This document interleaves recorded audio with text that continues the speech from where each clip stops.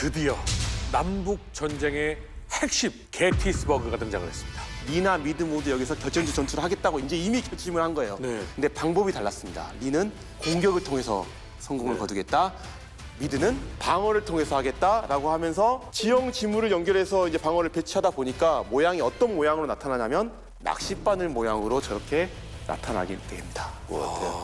핵심 장소였던 리틀 라운드 탑에서도 격전이 이제 펼쳐지게 됩니다. 고지를 갖다가 미친 듯이 기어 올라가면서 육박을 해 들어가는데 이 위에서 착검을 하고서 언덕 위에서 쏴대면서 총검을 들고 와 하면서 밑으로 총검 돌격까지 시도합니다. 북군이요? 네. 사실 이제 이틀차에 보면은 측면을 다 찔러봤잖아요. 북쪽도 찔러보고 남쪽도 찔러봤어요. 근데 아직 안 찔러본 데가 있죠. 중앙이죠. 바로 이제 그 유명한 피켓의 돌격이 이때 이제 시작이 된 거죠. 이 과정에서 어마어마한 특히 피켓의 사단이 정말 뭐 어이없게 갈려나갔거든요. 50%가 넘는 병력을 손실을 하고 철저한 어떤 패배, 실패로 돌아가게 되는 거죠. 그리고 이 승리 후에 그 연설문. 국민을 위한 정부, 민주주의 원칙으로서 나오는 게 이 연설이죠. 미국 역사상 뭐 가장 위대한 연설 중에 하나다.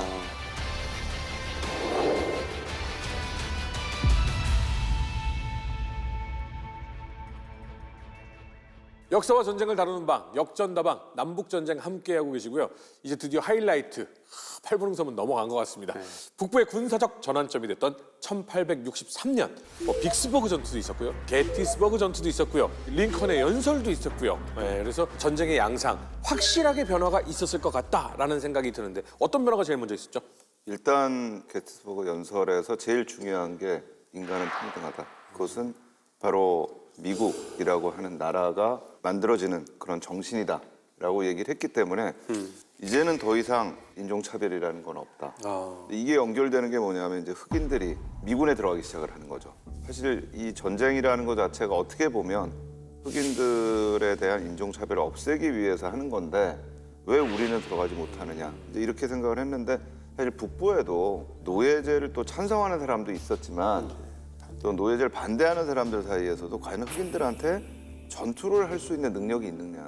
그러니까 전투라는 게 그냥 단지 어떤 피지컬, 육체적인 이런 것뿐만 아니라 사실 머리가 있어야 되는데 그런 머리가 있을까? 열등하기 때문에 사실 그런 거 없는 거 아니야? 라고 이제 생각을 했기 때문에 사실 이 노예제를 해방시키기 위한 전쟁이라고 하는 슬로건이 앞에 딱 있음에도 불구하고 실제 노예 출신들이나 흑인들은 전쟁에 적으로 참여할 수 없는 그런 상황이었던 거죠. 인종차별에 반대하면서도 노예를 해방해야 된다고 생각하면서도 네. 흑인은 열등하다는 생각을 동시에 가지고 있었던 가지고 거예요. 있죠. 사실은 저는 두려움도 좀 있었던 것 같아요. 그러니까 혹시 이 흑인들, 백인들에 대해서 보복을 한다거나 반발을 한다거나 그러니까 이게 흑백이 같이 섞이는 군대에 대한 두려움 그런 부분들이 있었기 때문에 처음에 부대를 창설을 할 때도 흑인 부대 따로, 백인 부대 따로 네, 뭐 이런 식으로 해서 이제 창설을 하게 되는데 사실 이런 부분들이 일련의 과정들을 통해서 이게 된 거거든요. 그러니까 이것도 사실은 사회적인 컨센서스라는 게 이제 마련되기 위한 그런 과정들이 있었는데 그 과정들을 저희가 조금 한번 되짚어 보면 맨 첫 번째 부분들은 남부의 노예들을 해방시키는 몰수법이 있었습니다. 저희가 포트로얄 들어가서 그렇죠. 포트로얄에서 거기 있던 노예들을 어떻게 할 거냐 이제 그런 문제가 생겼는데 그때 이건 우리가 몰수법을 통해서 몰수를 한다. 그리고 자유를 준다. 이런 식으로 해서 해결을 했던 게 있고 그다음에 1차 불런 전투 이후에 민병대법이 나와서 이제 더 많은 군인들을 동원할 수 있게 하는 이제 이런 부분들이 결국은 아프리카계 미국인의 입대를 허용하는 식으로 해가지고 이제 그게 62년 이제 말부터 이제 시작이 됩니다. 그런데 그게 시작됨에도 불구하고 사실은 전투에 나가는 군인으로는 흑인들을 쓰질 않아요. 그리고 이제 허드렛 일들을 시킵니다. 시중병으로 그렇죠. 뒤에서 뭐 이렇게 참호를 판다거나 진찌를 만든다거나 아니면 뭐 음식을 만든다거나 이런 식의 것이지 실제 전장에서 맨 앞에 나가 싸운다거나 이런 전투에 실제로 임한다거나 이제 이런 부분들은 거의 이제 못하는 상황이었는데 1862년 9월에 엔티텀 전투 승리 이후에 그 여세를 몰아서 노예 해방 예비 선언을 하잖아요. 네. 그러니까 이렇게 되니까 이제는 더 이상 뭐 미룰 수가 없다. 1863년 1월 1일에 노예 해방 선언이 이루어지죠. 그러면서 이제 북부 쪽에서 결의를 한 것이 반란 상태에 있는 여러 주의 노예들을 해방을 한다. 그리고 해방된 흑인들은 폭력을 삼가하고 대신에 적절한 임금을 주면서 충실하게 일하도록 한다. 그리고 흑인에게 연방 군대에 참가할 기회를 준다라는 그런 규정들을 만듭니다. 그러면 이게 공표가 되고 신문으로 다 퍼지면서 남부 흑인들도 이걸 다 보게 되는 거네요. 그렇죠. 네. 그러니까 우리도 이제 참여할 수 있다. 이제 이런 기회가 오는 거고 결정적으로 이제 63년 11월에 게티스버그 연설을 하면서 이제 모든 흑인들을 미국의 국민으로 인정하는 이제 그런 선언이 됐습니다. 그래서 이제 탈출한 남부 노예들이나 또 북부의 자유 흑인들이 입대를 하게 돼가지고 1861년 4월부터 65년 4월까지 복무한 인원을 보면 한 220만 명 정도가 미군이 이제 참여를 했는데 그 중에 흑인 병사 약 18만 명 정도. 비중이 꽤 있네요. 예, 그러니까 정확히 얘기하면 한 17만 8천 명 정도인데 10%는 좀 안 됩니다만 네네. 그래도 상당수의 흑인들이 참여를 했던 걸로 나타나고 있습니다.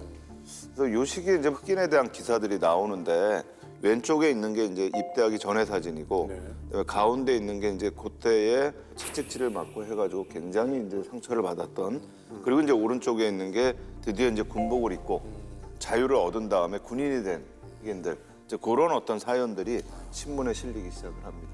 그러니까 자유를 억압받던 노예가 당당한 군인으로서 활동을 하고 있다. 사실 좀 군사 전문가로서는 기자님이 가면은 좀 다를 것 같아요. 원래 유럽 군대에서도 체벌은 있었어요. 그 병사에 대한 체벌은 있었거든요. 그러니까 육군 같은 경우에서는 체벌을 이제 막대기로 해요. 상의를 탈의한 다음에 동료 사이를 걷게 해요. 그럼 동료들이 때렸거든요. 동료들이 때렸거든요. 매질하는 거예요. 예, 예. 그런 게 있었고요. 근데 저렇게 가죽 채찍으로 등을 치는 건 주로 해군에서 있었어요. 해군은 규율이 세잖아요. 바다에서 어떤 일이 일어나면 안 되니까 이런 식으로 했는데 특히 노예한테 우리가 영화 보면은 채찍질을 굉장히 많이 하거든요. 이 두 가지가 있대요. 첫 번째는 뭐냐면은 이렇게 한번 맞고 나면 뭐 인간으로서의 존엄성 이런 걸 전부 다 박탈된대요. 내가 두 번 다시 이런 고통을 느끼지 않기 위해서는 맹목적인 충성을 해야지. 뭐 이런 동물 취급당한 거. 네, 이런 게 있고 또 하나는 저게 일종의 노예에 대한 표식이기도 합니다. 그게 이제 상처가 있다. 그래서 남부 같은 경우에서는 기본적으로 한두 대는 친다고 하더라고요. 일단 낙인을 남겨놔야 되니까. 예, 그런 식으로. 이런 취급을 받던 흑인들이 이제 군대에 들어가서 싸우게 되잖아요. 이 사회에서 헌신할 수 있는 일원이 됐다는 생각을 훨씬 더 많이 했어요. 그러면서 이 전쟁에서 우리가 일익을 담당할 수 있다. 이런 자부심이 훨씬 컸다고 합니다. 이제 저렇게 사실은 저는 군복이 갖는 의미가 되게 큰 것 같아요. 유니폼이 갖는 데 네, 그 군복을 입음으로써 백인들하고 똑같은 군복을 입는 거잖아요. 네. 그러니까 우리도 똑같은 시민이다라고 하는 어떤 그런 부분들을 갖는 조선 후기에도 제가 그런 얘기를 들었어요. 그러니까 구한 말쯤에 처음으로 우리 신식군대가 생기잖아요. 이 신식군대에 들어가는 사람들 중에 신분적으로 굉장히 낮은 사람들이 있었다라는 거죠. 이 사람들이 군복을 입고 딱 내가 군인이 돼서 내 신분이 상승된 것 같은 어떻게 보면 어떤 때는 이 제복이라는 게 이제 통제의 의미도 있지만 다른 한편으로 이게 아이덴티티로서의 동질감을 주는 부분들이 되게 있는 것 같아요. 그러니까 이때도 흑인 병사들이 처음에 제일 원했던 게 우리 언제 옷 줘요? 라는 거였다라는 겁니다. 근데 지금 저 사진들을 보면 노예였다가 제복을 입은 어떤 하나의 시민으로서의 흑인의 모습이 보이는 거 아니에요? 이게 주는 저는 임팩트는 굉장히 컸을 거라고 생각합니다. 그러니까 그거를 바라보는 백인들의 시선도 달라져요. 그러겠네요. 이렇게 흑인들이 군복을 입고 행진하게 되면 환호를 했어요. 혹시 뭐 역사라는 게 사실 한 국가의 세계의 역사도 있지만 한 사회 속에 개인도 역사가 다 있잖아요. 근데 저 흑인 한 사람이 등에 저렇게 이 낙인이 찍혀 있던 노예가 내가 병사가 돼서 제복을 입고 가족들 앞에 섰을 때 정말 그 가족의 역사는 완전히 달라진 거잖아요. 이 정도면은 막 영화도 만들어주고 막 그랬을 것 같은데. 그렇죠. 그래서 나온 영화가 이제 한국명으로는 영광의 깃발로 돼 있는데 실제로는 이제 글로리. 글로리요? 예. 더 글로리 아니고 더 붙이면 안 됩니다. 예, 요즘엔 더 글로리가 유명해서. 이 얘기 자체는 이제 흑인 부대입니다. 매사추세츠의 54연대. 이 연대가 이제 1863년 3월에 창설이 되는데 이 부대가 창설이 돼서 흑인들이 거기 들어오고 백인 지휘관이 흑인들을 훈련을 시켜가지고 나중에 이제 전투에까지 나가게 되는 그 장면들을 이제 쭉 그린 영화예요. 그러면 그냥 이 어떤 이때 시대상을 반영한 상상의 영화인 거예요? 아니면 실제 있었던 부대 얘기예요? 실제로 있었던 부대 얘기입니다. 실제 이 부대가 있었어요? 네, 그래서 실제로 있어서 그 부대를 지휘했던 장교는 굉장히 유명한 실제 있었던 사람이에요. 그 배우가 네. 저 실제 장군을 닮았어요 또. 비슷한 사람을 캐스팅을 한 거네요. 제가 이 미국의 영화나 드라마를 보면서 이제 굉장히 감동받는 건 뭐냐면 일단 고증을 굉장히 철저히 하게 맞아요. Based on true story입니다. 실제적인 얘기들을 가져가는 것뿐만 아니라 배우들을 똑같이 분장하려고 굉장히 노력을 해요. 진짜 여기서도 그랬던 것 같아요. 네. 피츠버그 영화에서도 마틴 쉰이 리더 분장해서 나오는데 굉장히 비슷해갖고 또 뭐 롱스트레이트나 다른 장군들도 너무 비슷해서 그때도 저도 굉장히 감명을 많이 받았습니다. 그리고 이 영화에서 덴젤 워싱턴이 군율 위반을 해가지고 실제로 채찍질을 또 당합니다. 네. 근데 그때 그 사람의 눈빛 연기가 딱 하면서 나는 여기 굴하지 않겠다 하면서 눈물을 딱 한 방울 흘리거든요. 그게 제 마음을 진짜 울려가지고. 약간 덴젤 워싱턴 닮았다 젊을 때하고. 영광입니다. 그리고 마지막 장면에서 연대 깃발을 이 사람이 딱 들고 딱 가요. 근데 총탄을 맞거든요. 그때 넘어지지 않고 딱 버티면서 눈물 딱 한 방울 딱 떨어져요. 눈물 한 방울씩 흘리네요. 네. 진짜 그 장면이 이 영화의 백미였어요. 제가 가장 이제 기억에 남는 장면이 두 가지인데 하나가 마지막 전투 나가기 전에 We man이라는 얘기를 네. 합니다. 우리 모두 사람이다. 우리는 진짜. 이제 그러면서 이제 이 여러 가지 이 오합지졸 부대들이 우리가 이제 모여가지고 하나의 미국 시민으로서 또 연방 정부의 군인으로서 나가서 싸운다라는 걸 보여주는 거고 또 월급에서 좀 차이는 있었어요. 100일 월급이 한 13달러 정도 됐는데 흑인 병사들의 월급은 한 10달러 정도 됐던 것 같고요. 또 이 영화에서 이제 보면은 군인이 돼서 그렇게 함에도 불구하고 허드렛 일을 하는 과정에서 백인 부대가 이렇게 지나가다 충돌이 생기는 장면도 나옵니다. 지나면 우리는 실질적으로 전선에서 총알바지처럼 싸우고 있는데 야 니네는 이거 하고 있고 참 웃긴다 이런 식의 그런 갈등의 장면도 나오고 해가지고 저는 이 영화를 보면 요 시기에 흑인 부대의 얘기뿐만 아니라 남북 전쟁의 아주 핵심적인 부분들의 내용들이 좀 들어가 있는 것이 아닌가라는 생각이 들 정도로 굉장히 좀 감명 깊게 봤던 영화 중에 하나입니다. 근데 사실 어떻게 보면 이때 당시의 장교로서는 가고 싶지 않은 부대가 아니었을까. 왜냐면 뭐 내가 이들을 왜 해야 되지? 이런 생각도 좀 들었을 것 처음에 그 같은데요. 장면도 나와요. 네. 그리고 골드치오라는 장군은 어떤 장군이에요? 그러니까 원래 이제 이 사람 집안 자체가 노예 폐지론자입니다. 아버지 같은 경우도 노예 폐지론자 아주 적극적으로 활동했던 그런 인물이었기도 했고 슈 같은 경우도 유럽에 또 유학을 갔어요.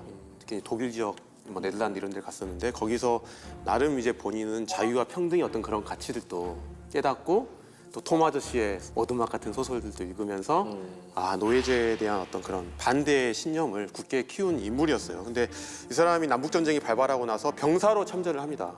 그리고 좀 있다가 이제 소위가 됐거든요. 소위 때 앤티텀 전투에 참가를 했어요. 그리고 영화에 보면 나오지만 살짝 부상을 입어요. 그러면서 그때 이제 그걸로 대위가 또 됩니다. 부상을 입고. 상처를 입었다는 거는 맥클레런 옆에 부대는 아니었던 거네요. 어떤 부대네. 네. 그런데 이제 이 시점에 매사추세츠 주에서 흑인 부대를 만들려고 했던 거예요. 그 연대의 총 책임자, 연대장을 뽑아야 되는데 조건이 조금 까다로웠습니다. 그러니까 이 흑인 부대는 사실상 어떤 군사적으로 뭘 해보겠다라는 게 아니고 정치적인 그런 상징성이 컸던 부분이기 때문에 지휘관도 뭔가 이런 정치적인 상징성을 이해를 하고 정말 이 흑인들을 데리고 뭔가 이끌어갈 수 있는 그런 사람이 필요했던 거예요. 그래서 그 조건을 보니까 확고한 노예 반대론자. 그래야겠죠. 예, 그리고 흑인을 경멸하는 백인보다 똑똑하고 우월한 사람. 유학 갔다 왔어. 유학 갔다 오고 이 사람 하버드 출신이에요. 하버드를 다니다가 나는 이거 성에 안 차면서 자퇴한 사람이거든요. 하버드를 자퇴했어. 예, 그리고 흑인도 군인이 될 수 있다고 믿는 사람 되게 중요했어. 당연히 그러겠죠. 그다음에 또 하나는 지금 하고 있는 흑인 연대 창설 이 프로젝트 자체가 대단히 중요한 거를 알고 있는 사람. 특히 이게 정치적으로 미국 내에서뿐만 아니라 전 세계적으로도 특히 유럽에서 우리 미국이 대단한 걸 하고 있구나라는 거를 인식하고 있는 그런 사람인 건데 딱 보니까 집안이 빵빵하잖아요. 그리고 주지사가 아버지랑 친했어요. 이게 핵심 포인트네. 그렇죠. 야, 너희 아들 있지 않냐. 또 그 앤티텀 전투에서 공훈도 세웠다던데. 똑똑하잖아. 적임장 같아. 아들 좀 와서 설득해봐. 그래서 아버지가 아들한테 네가 한번 해봐라라고 하는데 영화에서는 바로 하는 것처럼 나오지만 실제로는 고민을 좀 했다고 해요. 왜냐하면 본인이 지금 중대장으로서 역할을 하고 있는데 자기 부대를 또 떠나야 되잖아요. 이제 그런 거에 대한 부담도 좀 있었고 그렇지만 이제 수락을 하고 이제 흑인 부대 연대장이 딱 되는데 지금 영화에도 나왔지만 정말 이 사람이 확고한 신념을 가졌던 인물이 저는 느껴졌던 게 급여를 딱 10불 받았다고 했을 때 흑인들이 반대했잖아요. 그러면 우리 장교들도 다 백인들도 10불만 받겠다. 찢어버리겠다. 우리 안 받겠다. 오. 그래서 너희도 봉급을 올려줄 때까지 급여를 받지 말아라. 그러니까 평등하지 할때안 않는 때까지, 임금은 받지도 받지 않겠다. 말아라. 그러니까 정말 확고한 신념을 가졌던 인물인데 더 놀라운 사실은 그때 이 사람의 나이가 불과 25살에 불과했습니다. 그러면 전투에도 나가서 활약을 해요? 전투에 나갑니다. 그러니까 사실 계속 못 나갔는데 뒤치다꺼리만 하다가. 네, 네. 그렇게 했는데 굴드쇼 대령이 굉장히 본인이 강력한 참전 의지를 갖고 합니다. 그러니까 우리도 나가서 우리 자유를 얻기 위해서 우리가 좀 싸워와야 되는 거 아니냐 하면서 이제 전투에 참여를 합니다. 그리고 특히 훈련할 때도 흑인들한테 그걸 되게 심어줘요. 그러니까 처음에 흑인들이 총을 받았을 때 약간 희낙낙거리면서 장난식으로 약간 사격하고 그러거든요. 그래서 아, 나 총 잘 쏘네 하니까 굴드쇼가 와서 정말 전장과 같은 환경을 만드는 거예요. 총을 빵빵 쏘면서 빨리 장전해, 빨리 하면서 되게 분위기를 험악하게 만드는데 실제 이게 전장이고 너희가 해야 될 일이다.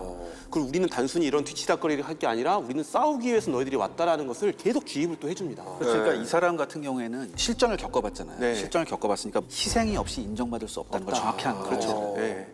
너희들이 스스로 피를 흘리고 스스로 전투를 해야 너희들의 자유가 진정한 가치가 있는 것이다. 그렇죠. 네. 그럼 전투에 첫 번째 참여하는 건 어디예요? 그게 이제 찰스턴 항의 와그너 요새 전투. 제대로 된 게 이제. 네. 찰스턴은 많이 들어봤는데. 네. 그렇습니다. 찰스턴 어디서 들어보셨습니까? 섬터? 그렇죠.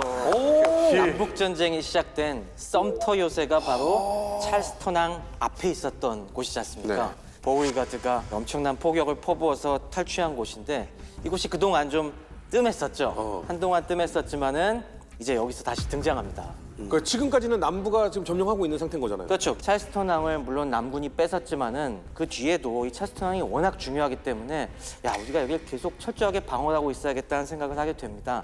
그래서 방어 태세를 점검해 보니까 한 군데 약점이 있는 거예요. 들어오는 입구가 이 북쪽에는 설리번 섬이 있고 남쪽에는 저 제임스 섬과 동쪽에 모리스 섬 그리고 모리스 섬 제일 북쪽에 커밍스 포인트라는 곳에 여기 포대가 설치되어 있는데 북군 해군이 바다 쪽으로 곧장 들어오지 않고 저 아래쪽에 상륙을 해서 커밍스 포인트 쪽으로 치고 올라오면은 야, 저 끝에 있는 저 작은 포대는 쉽게 무력화되겠다라는 생각을 하게 된 겁니다. 그래서 이 커밍스 포인트를 보호할 수 있는 그 아래쪽에 접근로 쪽에다가 요새 하나 더 만들어야겠다라고 생각을 하고 와그너. 이제 만들기 시작한 것이 포트 와그너입니다.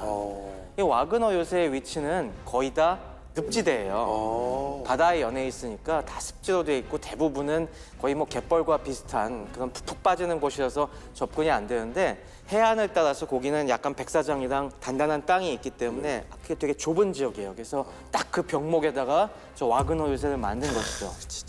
그리고 여기다가 썸터 요새처럼 벽돌 갖다가 화강암 실어다가 뭐 돌로 쌓을 수는 없었고 그냥 주변에 있는 흙을 갖다가 높게 쌓았는데 그러니까 토성이죠. 토성인데 이 토성 규모가 어마어마합니다. 일단 이 토성 높이를 9m, 10m까지 높였습니다. 우리 풍납토성이나 이런 데 가면은 굉장히 높게 쌓았잖아요. 거의 그런 식으로 쌓았고 그 앞엔 해자까지 파놨습니다.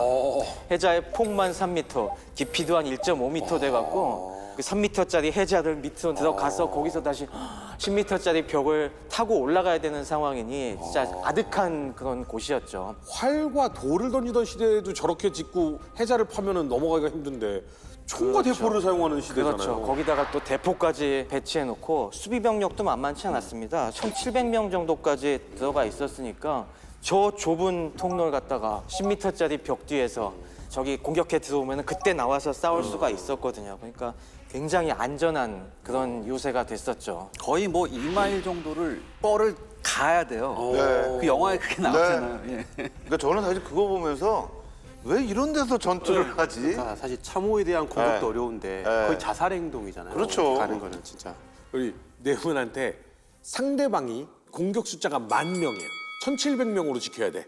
그러면 남군을 선택하시겠습니까? 북군을 선택하시겠습니까?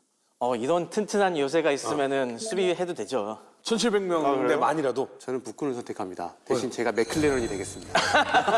안 간다고? 그렇지. 포위해놓으면 그렇지. 되죠. 봉쇄만 그렇지. 동세만. 남군 없으니까. 그렇죠. 그러면 쟤네들 식량 떨어져서 그냥 항복하거든요. 뒤에서 그냥 참업하고 있으면 되는 거야. 그렇죠. 우리도 봐가지고. 포위전을 해버리는 거죠. 네, 저기는 봉쇄할 수가 없었습니다. 당연히 뒤에 바다가 북군이 장악한 바깥 바다가 아니라 남군이 장악하고 있는 안쪽 바다야. 만이기 때문에 거길 통해서 당연히 보급이 계속 들어올 수 있었죠. 해군 얘기 나와서 그러는데 네. 지금 안바다를 아무리 남군이 장악을 하고 있다고 해도 네. 북군의 해군이 훨씬 강력하잖아요. 그러면 해군도 뭔가를 하지 않습니까? 그 전에 여기 찰스턴을 갔다가 이제서야 공략하게 된 그 원인을 제가 좀 네, 설명을 그게 드려요. 다시 앞으로 가야 될 것 같아요. 네. 1863년 이 시점에 드디어 북군의 찰스턴으로 눈을 돌리게 되는데 사실 여기에는 사연이 있었습니다. 저희가 포트 로얄 때 기세 좋게 남부 쪽에 교두보를 만들고 그 다음에 어디서 전투가 벌어졌습니까? 저 멕시코만 깊숙이 뉴올리언스까지 1862년에는 장악을 했지 않습니까? 네. 그래서 이제 거대한 남부 해안에 대한 포위망이 완성되나 싶었는데 그 다음에 공격할 때가 마땅치 않은 게 문제였습니다. 그 다음에 중요한 항구로는 역시 이 찰스턴, 사바나 그리고 모빌 또 하나 더 꼽자면 역시 노스캐롤라이나의 윌밍턴 이런 곳이 있었는데 저곳 하나하나는 굉장히 방비가 튼튼한 항구들이었습니다. 다 이렇게 찰스턴처럼 안쪽으로 깊숙이 들어와 있는 데다가 그 입구에는 양쪽으로 강력한 요새들이 자리 잡고 있어갖고 저기는 쉽게 공략들을 못하고 있었어요. 그러다 보니까 자꾸 구멍이 생기는 겁니다. 봉쇄망에. 아직 북군이 해군 빌드업을 충분히 완성하지 않은 상태여서 그 사이로 이제 봉쇄 돌파선들이 쏙쏙쏙 빠져나가고 여러 가지 일들을 벌이기 시작했습니다. 그거에 또 가장 치명적인 사건 중에 하나가 남군이 오히려 역으로 북군의 상선들 갖다가 공격하는 통상 파괴전까지 했어요. 남군이 정상적인 원양 해군과 조선소들이 없으니까 영국과 프랑스의 함선들을 많이 발주했었는데 1862년에 증기 추진 슬루프선으로 CSS 엘라바마라는 걸 갖다가 영국에서 몰래 건조해서 취역을 시킵니다. 근데 얘가 남부로 돌아오지 않고 그대로 대서양을 휘젓고 다니면서 대서양에서 고래 잡는 포경선들이 있을 거 아닙니까? 이것들을 찾아내서 막 파괴시키는 겁니다. 그게 나중에 엘라베마 사건으로 가는 거죠. 네, 그렇죠. 그래서 이게 11월 달까지 21척을 격침시키면서 북부의 수많은 이 소중한 화물들을 갖다가 싹 수장시켜 버리니까 북부에서 난리가 난 겁니다. 근데 이거 남북전쟁판 유보트 아닙니까? 그렇죠. 그렇지. 그러다 보니까 북부 의회에서 해군 뭐 하는 겁니까 이거 봉쇄하고 있다고 했잖아요. 이렇게 네가 할 일 똑바로 하는 게 없냐 이렇게 물어있지. 남부 반란군 상선들이 대서양을 휘젓고 다니고 막 우리 배까지 격침시키고 있는데 이 봉쇄 좀 똑바로 하란 말이야. 이렇게 계속 압박을 넣으니까 해군도 미치겠는 겁니다. 그리고 여기에 더 불을 지핀 게 언론입니다. 언론에서 남부의 이런 봉쇄 돌파 실적을 갖다가 막 침소봉대하는 겁니다. 실제로는 한 두세 척 겨우 돌파해서 나간 건데 남부의 상선 수십 척이 우리의 봉쇄망을 돌파해서 반란군의 물자들을 나르고 있다라고 막 하니까 도대체 우리 해군은 뭐 하고 있는 그렇죠. 것인가? 그래서 정치적 압박을 견디다 못해서 드디어 이제 1863년에는 야 우리 해군 충분히 빌드업 됐잖아. 이제는 좀 반란군 해군의 이제 핵심 요충지인 이제 찰스턴을 좀 공략해봐. 그 당시엔 이런 봉쇄 돌파선이나 남은 해군들이 주로 찰스턴에서 작전한다고 생각을 했거든요. 그래서 여기를 공격하는 압박이 계속 떨어지기 시작합니다. 그리고 해군 빌드업이 어느 정도 됐다는 건 철갑선들을 막 양산해 나가고 있는 거예요? 그렇죠. 그 핵심에 지난번 저희가 봤던 모니터를 비롯한 철갑함들이 있었습니다. 와, 근데 이 시기에 나온 배는 꽤 현대식처럼 보여요. 처음에 나왔던 배보다 훨씬 발전된 느낌인데? 그렇죠. 모니터가 햄턴 로드 해전에서 멋진 모습을 보여준 다음에 그 뒤로 쭉쭉 뽑아 나오기 시작해서 1863년 초가 되면은 8척이 더 나옵니다. 그래서 모니터함이 일단 9척이 되고 그 뒤로도 계속 이 모니터함에서 발전된 이 새로운 함들이 계속 나오기 시작했어요.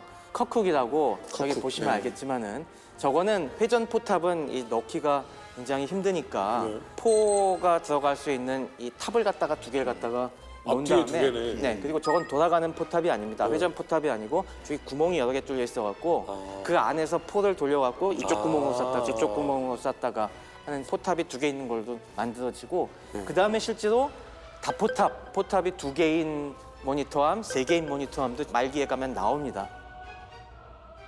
자, 이 정도 지원해줬으면 됐잖아. 이제 좀 뭔가를 보여줘. 쏟아부은 나는- 돈이 얼만데. 네. 근데 이제 뭐 물론 북군이 양산 체제는 훨씬 더 잘 갖춰졌겠지만 원래 철갑선으로 재미를 톡톡히 본 거는 남군이었잖아요. 그러니까 네. CSS 이 후속함들은 안 나왔어요? 버지니아와 비슷한 모양의 이런 철갑함들 갖다가 몇 척 더 건조합니다. 그래서 뉴올리언즈에서도 사실 그 미완성인 상태로 있다가 격침당한 것들이 있었고 이 찰스턴에도 그런 배들을 갖다 놨고요. 오. 그리고 그 밖에도 철갑함을 갖다가 버지니아 같은 형식 말고도 다른 형식도 있다고 저희가 말씀드렸지 않습니까? 대표적인 게 북군의 뉴 아이언사이드 같은 이런 일반적인 우리가 그전에 보던 증기 범선에다가 철갑을 두른 듯한 모습 이런 것들도 야 저런 것도 꽤 괜찮아 보이는데 우리 좀 갖고 싶다라고 해서 이거 역시 남부에서 직접 만들 상황이 안 되니까 몰래 유럽에 부탁해서 만듭니다.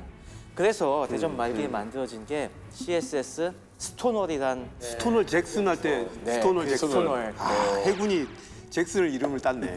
네, 그래서 이 스토널은 별명. 굉장히 좀 네. 재밌는 이력이 있는데 몰래 프랑스에 부탁해서 만든 건데 이게 너무 늦게 만들어졌어요. 그래갖고 실질적으로 취역한 거는 거의 전쟁이 끝날 때였습니다. 그래갖고 남부에 인도하지도 못하고 결국에 북군이 압수해 갔어요.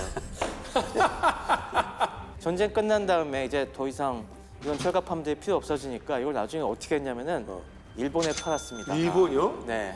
그 일본이 그걸 가지고 지금 네, 그래서 일본이 저 무렵에 이제 메이지 유신을 하고 일본의 철갑함으로 개장이 돼갖고 그때 보신 전쟁 때 여러 활약을 했습니다. 이게 청일전쟁 때까지 쓴 건 아니죠, 그러니까. 네, 청일 전쟁 네. 때는 더 이제 신식함들이 나와서 네. 따남들이 쓰였고 이제 1888년까지 보신 전쟁을 비롯해서 여러 전투에 활약을 합니다.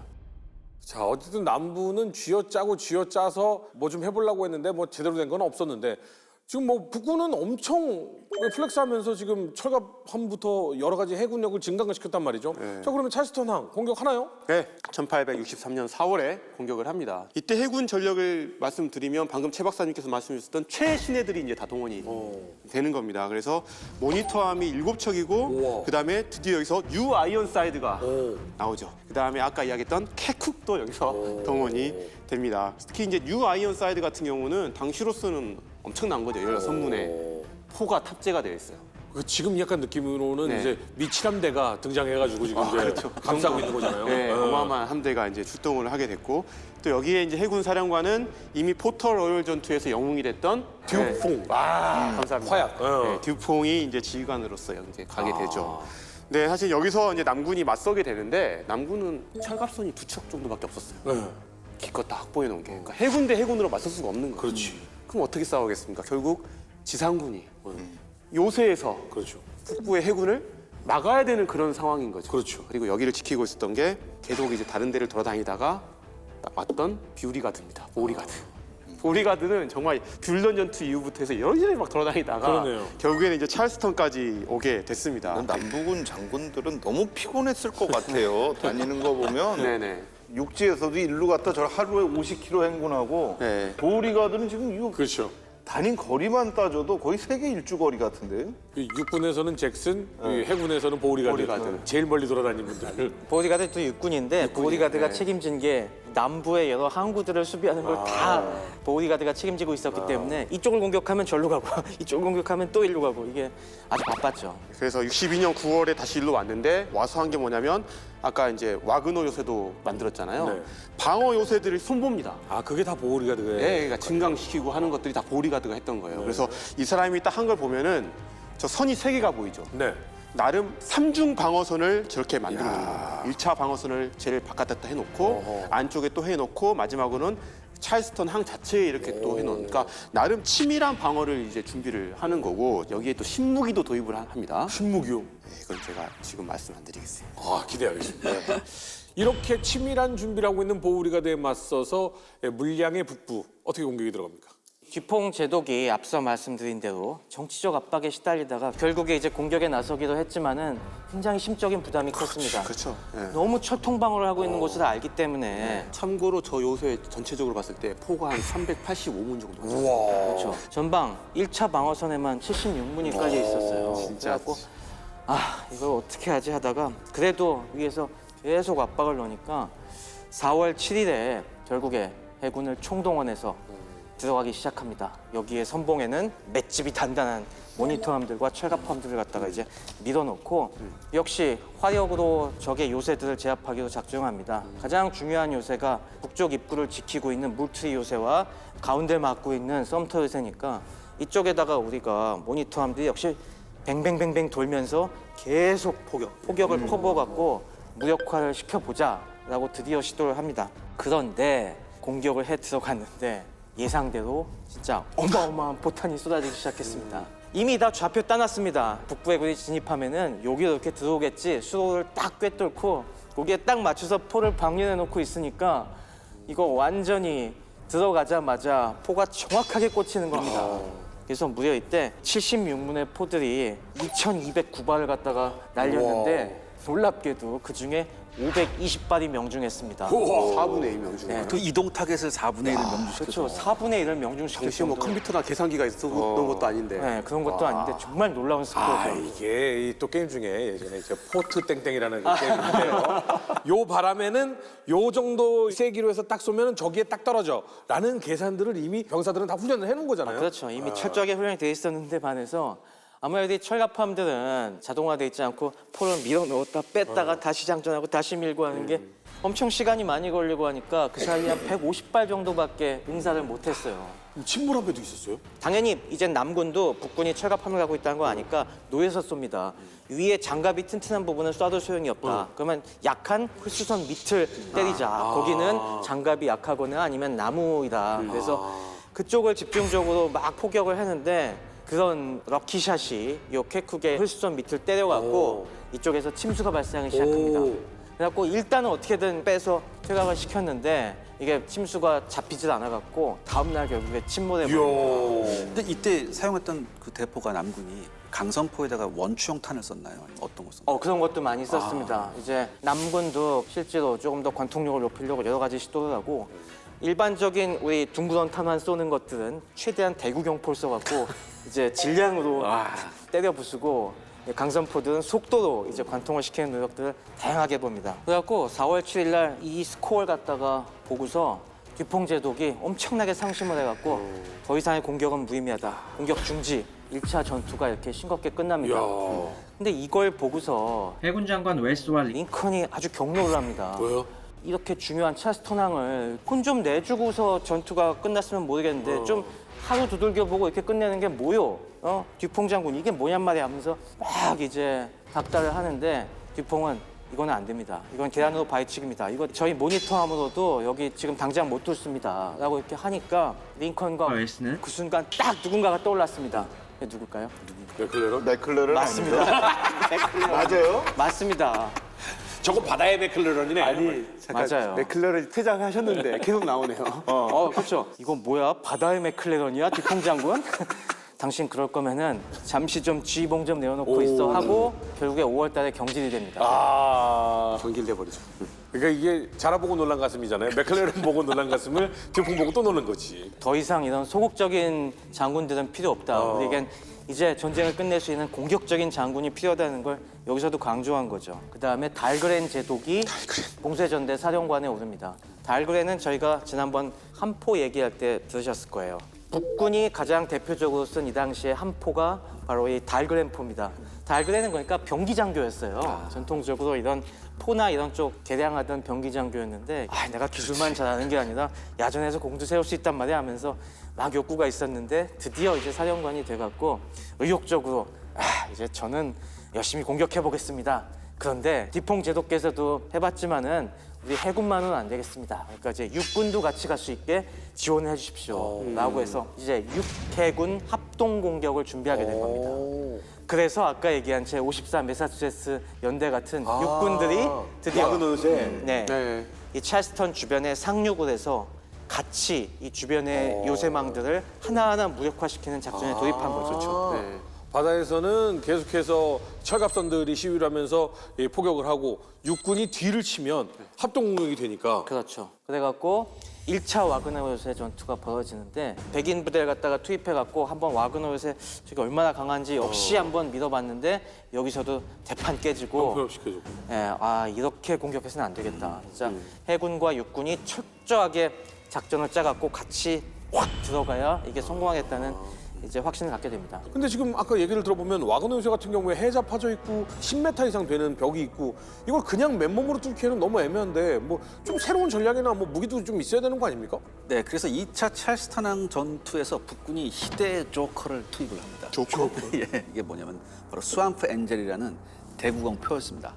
예, 근데 이게 보통 뭐 늪지대 천사 뭐 이렇게 얘기를 하는데 강성포고 이게 포탄의 무게가 200파운드입니다. 그러니까 워낙 무거워서 밑에다 이렇게 철제를 이렇게 무거워서? 예, 받쳐놓고 있었어야 돼요. 와그너 요새의 안쪽을 보면 대부분 구조물이 목재였거든요. 그러면 차라리 저기에다가 이렇게 일반 대포를 쏠 게 아니라 뭔가 불탈 수 있는 거 그렇게 했어요. 그래서 북군 기록에 그리스의 불을 썼다고 나와요. 백린탄, 뭐 소위탄 이런 게 그런 거잖아요. 그러니까 이게 유럽 사회에서는 아직까지 이런 소위탄 개념을 대부분 다 그리스의 불로 이때까지 불렀어요. 근데 우리가 예전에 생각했던 그리스 불은 왜 이렇게 약간 화염 방사기 비슷한 개념이었잖아요, 고대. 네. 근데 이건 포탄에 액체를 넣을 수가 없으니까 이걸 이제 약간 고체화시킨 걸 이제 발사하는 거예요. 그러니까 여기다가 이제 뭐 납황, 염초, 그다음에 나프타 이런 걸 섞어가지고 이른바 남북 전쟁판 네이팜탄을 만든 거죠. 스왑프 엔젤의 특징이 뭐냐면 사거리가 굉장히 길었어요. 그러니까 와그너 요새뿐만 아니라 찰스턴 항에도 이걸 쐈다고요. 그렇게 멀리 나가요? 예. 거리가 얼마나 되는 거예요? 7, 8km 정도 되는데 와, 7, 8km 쏘면 어마어마하게 멀리 쏘. 이야. 그러니까 그만큼 포가 굉장히 컸어요. 그러니까 이 무게를 견디기 위해서 밑에 철제 구조물을 받쳐놓을 정도였는데 이런 데 도심에 포탄이 떨어져서 이게 화재를 발생시키면 그 효과가 굉장히 크잖아요. 당연히 심리적인 충격이 엄청 크죠. 그럼요. 이게 전쟁에 있어 중요한 분기점이라고 얘기하는 사람도 있는데 뭐냐면은 그전에는 주 전장에서만 싸웠지 민간인을 상대로 이런 식으로 무차별 포격을 안 했었거든요. 근데 이제 1863년이 되니까 이제 전쟁을 빨리 끝내야 되니 민간인도 공격 대상에 포함돼야 된다라는 생각이 이제 광범위하게 퍼지기 시작한 거예요. 도시공습의 시초네. 그렇죠. 그래서 골칫거리 찰스턴항 저 주민들 어차피 반란군 폭도들인데 막 쫓아내야지 이걸 불질러서 그런 생각으로 이제 쏜 거죠. 그래갖고 이게 떨어지니까 민간인 거주구역에 저것들이 포를 쏘나 해갖고 발끈했습니다. 그래서 보디가드도 당장 중지하시오라고 하니까 북군에서는 웃기지 마라 이 반란군들아 하면서 계속 포격을 했는데 남군 쪽으로는 다행히 저게 한 수십 발 쏘고 포가 잘못 폭발해 버렸습니다. 터졌어요? 네, 그래갖고 더 이상 기능을 못했습니다. 하지만 7월 18일부터 찰스턴항을 다시 한번 공격을 시도하는 제2차 찰스턴항 전투가 이제 시작이 되는데 이 시작을 역시 와그너 요새 공격으로 서막을 열면서 들어간 겁니다. 그러면서 바로 그 첫날 선봉을 선 부대가 글로리에 나오는 제54 메사추세츠 연대였던 것이죠. 여기에 흑인 부대가 들어갔다라는 게 네. 약간 일부러 정치적으로도 좀 사람들에게 보여주기 위한 게 있었던 것 같다는 생각 좀 드네요. 좀 그런 부분도 있는 것 같아요. 그러니까 사실 상대방의 이 요새를. 포격이나 이 사격을 그대로 이제 온몸으로 그냥 받을 수밖에 없는 이제 그런 상황 속에서도 그래도 우리는 간다라고 해서 가는, 그리고 이제 블루쇼가 죽는 장면까지 해가지고 부대가 거의 반 정도가 거의 전사를 하는 이제 이 정도의 상황까지 오게 됐는데, 이런 활약 이후에 이제 뭐 노래도 나오고 회화도 나오고 기념비까지 나오고 이제 이렇게 되면서 사실은 이 54 메사추세츠 연대의 활약은 이후에 흑인 부대가 드러나고 또 흑인 부대의 역할이 실질적인 전투로 확대되는 데 있어서는 아주 결정적인 영향을 미쳤다라고 합니다. 이것도 굉장히 많은 곳에 보도가 되고 신문에 나오고 했었던 거겠죠. 그러면 근데 그렇게 포격을 했는데도 육군들은 다 죽어나간 거예요. 처음에는 그만큼 지원 포격을 안 했어요. 좀 약하게 했습니다. 영화에서도 보면은 거의 형식적으로 따따따따 하고 가잖아요. 네. 그죠? 그래갖고 남군들이 전혀 무력화되지 않고 몇 개 연대가 갈려 나가니까 그때부터는 안 되겠다. 우리 해안포 하나하나씩 다 이제 부숴주겠다. 그래서 처음 그 타겟으로 되기 시작한 게 와그너? 8월 17일에 썸터 요새부터 썸터부터. 네, 이제 전 화력을 썸터 요새로 집중을 해갖고 이날 하루에만 무려 1000발의 포탄을 쏟아 붓습니다. 그러니까 이제 약간 현대 미국다운 발상이네. 하나씩 석기 시대로 만들면서 가자. 네. 다 녹여버리고 가자. 뭐 이런 느낌이네요. 특히 약점이 뭐냐면은 저 해안에 위치한 포대들은 이 포좌가 다 바다 쪽으로 나 있기 때문에 그렇죠. 이 뒤쪽에서 해안 쪽에서 쏘는 육군들의 포를 제압하기가 어렵고 또 이 당시에 북군이 특별히 사정거리가 긴 포드를 골라서 갖고 왔기 때문에 해안 포드의 사거리 밖에서 공격을 할 수가 있었어요. 그러니까 이 모든 화력들이 집중을 해서 썸터 요새를 공격하니까 이때 다시 한번 썸터 요새가 거의 만신창이가 됩니다.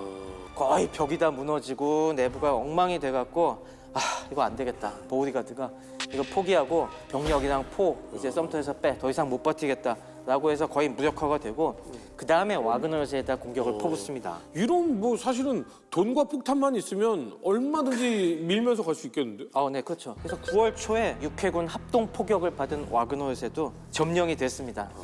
그래서 이 기세라고 하면은 이제 찰스턴으로 밀고 들어가는 그렇죠. 것도 금방이겠다라고 싶었는데 썸터 와거너 무너졌으면 계속 이렇게 전진하면 끝이잖아요. 근데 여기서 이제 끝나지가 않았습니다. 문제가 뭐냐면은 그 다음에 포트 썸터에 상륙을 해서 저기를 완전히 장악해버리자라고 그 다음에 상륙 작전을 시도했어요. 하지만 여기 포트 썸터에 남아있던 부대들이 여기서 결사적인 방어를 합니다. 남군이 아직도 안 도망가고 있는 남군이 있었어요? 네, 포화를 좀 빼고 병력도 좀 철수시키게 됐는데 아직 남아있던 병력들이 있었거든요. 격렬하게 저항을 해갖고 결국에 가져온 보트들 다 이제 떠내려가고 하니까 상륙한 부대들은 항복해요? 네, 항복하고 실패로 돌아갑니다. 어허허. 그래서 저게 살아있으니까 해군이 확 뚫고 들어가지 못하는 겁니다. 그래서 여기서 계속 이제 주거니 받거니 이쪽에서 뚫으려는 자와 그걸 돌파하려는 북군과 남군 사이에 공방이 계속 벌어지고요. 그래서 이 상황이 종전될 때까지 갑니다. 전쟁이 와 진짜 썸터 끝나지 대단한 않습니다. 곳이네. 남군의 마지막 자존심이네. 네, 찰스턴항은 이래서 전쟁이 시작된 곳이지만 전쟁이 끝날 때까지 넘어가지 않은 진짜 철벽 요새도 남아 있었습니다. 그 대신에 어쨌든 저기서 남군의 뭐 상선이나 해군이나 이 밖으로 나가지는 못하게 그렇죠, 그렇죠. 막는 네. 효과는 분명히 있었겠네요. 그렇죠. 확실하게 봉쇄는 돼 있었지만 끝까지 떨어지진 않았습니다. 항으로서의 기능 자체는 상실한 그렇죠. 상태로 계속한 거죠. 그럼 남군은 이제 막았으면 보통은 그러잖아요. 딱 막았으면 야 이거 이제 한번 뚫어볼까? 이런 생각도 하기 나름 아닐까요? 항으로의 기능은 이렇잖아요. 그러니까 봉쇄를 뚫기 위한 여러 가지 방법을 고안을 하는 거예요. 그 중에 하나가 어뢰였습니다. 예, 예. 토페이도요? 네, 토피도. 토피도가 있었습니다. 근데 사실 지금같이 추진식은 아니고 스파 토피도라고 해서 활대 기뢰.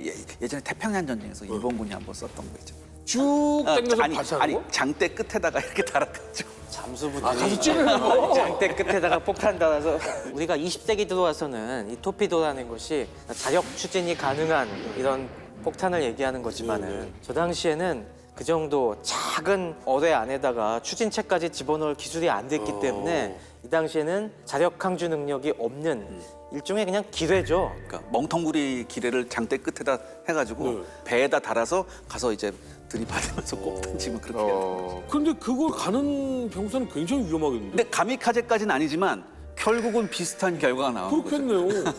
안전하려면은 길어야 했어요. 장대를 아주 길게 만들어야죠. 그래서 저게 한 10m 정도 되는 게 보통이었는데 각종 배들에 저런 걸 달아갖고 네. 멀리서 푹 폭탄만 꽂아놓고 저게 함체를 폭파시키자 네. 라는 이런 쪽으로 발전하게 된 거죠. 남군이 이제 절박하게 된 중요한 이유가 뭐냐면은 기존에 우리가 만들었던 버지니아식의 철갑함으로서는 상대가 안 된다는 게 바로 이 전투에서 드러났습니다. 2차 찰스턴항 공략을 시작하기 전에 소규모 전투들이 벌어졌는데 그때 살짝 나와본 게 버지니아에 거의 똑같이 생긴 이 CSS 애틀란타가 애틀란타. 투입이 됐습니다. 이게 나오니까 당연히 북군에서는 모니터. 이제는 모니터가 한 척이 아니야. 신형 모니터가. 막 7척씩이나 되니까 7척을 쫙 내보내니 이젠 상대가 안 되는 겁니다. 결국에는 비대칭 전략으로 나가는데 그렇죠. 그전에는 11인치 포여서 그리고 화약도 적게 넣어갖고 뚫질 못했는데 이젠 강력한 15인치 포로 두들겨 대니까 이게 뚫리는 거예요. 그래서 그냥 순식간에 에워싸여갖고 CSS 아틀란타가 순식간에 만신창이가 되고 납포당해요.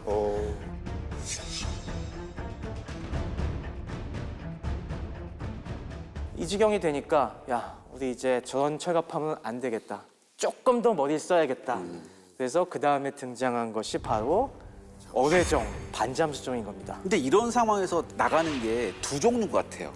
첫 번째는 저것도 모두 견딜 수 있는 거대한 배를 만들든가 아니면은 안 돼. 이런 식으로 가면 안 돼. 우리 비대칭 전략으로 나가야 돼. 이런 식이거든요. 근데 사실 인류의 역사는 그런 인지 부조화 속에서 발전을 하잖아요. 특히 과학 같은 경우. 오늘의 명언이십니다. 그러니까 이때부터 나오는 게 이제 CSS 데이비드라는 이제 어뢰정인데 보시면 지금 선체 꽁무니에 있는 스크류의 위치를 보세요. 선체 한 중간에 있잖아요. 그러니까 거의 저게 뭐냐 반잠수정 같은 거예요. 다 거의 선체가 바닷속에 들어가는. 아, 그러니까 배인데 잠긴 배. 예. 네, 위도 조금밖에 안 나오고 상당 부분은 물 밑에 잠겨 있고, 그러니까 저 활 때도 물 밑에 있어 보이지가 않는 겁니다. 그래서 밤에 쓱 가갖고 꽂고 그렇죠. 신관을 작동시켜서 빵 터지게 하는 거죠. 저거는 가능할 것 같은 게 안 그래도 철갑선들이 바다에 거의 잠겨 있었잖아요. 그래서 물렁치면 가라앉고 저거는 이 밑으로 있어도 안 가라앉는데. 그렇죠. 안 갈았는데. 그러니까 얘가 그냥 설계만 있었던 게 아니라 직접 만들어서 실전까지 투입된 거예요. 그래서 가장 유명했던 건 뭐냐면 아까 말씀하신 뉴 아이언 사이즈를 공격을 해요. 얘가. 근데 뉴 아이언 사이즈도 발견을 했어요, 얘를. 저 뭐야 저거 물에 그러니까 뭔가 잠겨서 이제 물속에서 이렇게 요것만 이렇게 내놓고 오니까 뉴 아이언 사이즈가 포를 쏴줬거든요. 일단 쏴. 네, 포를 쐈는데 일단 쏴. 이 데이비드도 나름 금속으로 만들었으니까 이걸 견디면서 가는 거예요. 견디면서 갔어요. 그리고 심지어 옆구리에다가 이걸 꼽아요. 꼽는 데까지 성공을 했어요. 사실 우리가 영화에 보면 어뢰를 맞으면 배 전체가 날아가잖아요. 그렇죠. 아, 그 효과를 기대했는데 그게 아니라 구멍만 뚫린 거예요. 팡이 아니라 그냥 뽕. 구멍만 뚫린 거예요. 구멍만 뚫렸으니까 일단 물이 막 쏟아져 들어올 거 아닙니까? 뉴 아이언 사이즈에. 근데 구멍만 뚫린 거를 고수하는 건 그렇게 어려운 일이 아니었어요. 그래요? 나무 판자 몇 개에서 못질하면 되거든요. 이 압력 때문에 이게 돼요? 아이, 이게 깊은 바다가 아니잖아요. 구멍이 크지가 않았습니다. 저 당시 흑색 화약에서 폭발력이 제한돼 있었기 때문에 아, 60kg짜리를 터뜨렸는데 구멍이 작았어요. 그러니까 아까 심 교수님 말씀하셨잖아요. 뽕 이거. 요즘 고폭약이 60kg 터졌으면은 구멍이 배가 나가죠.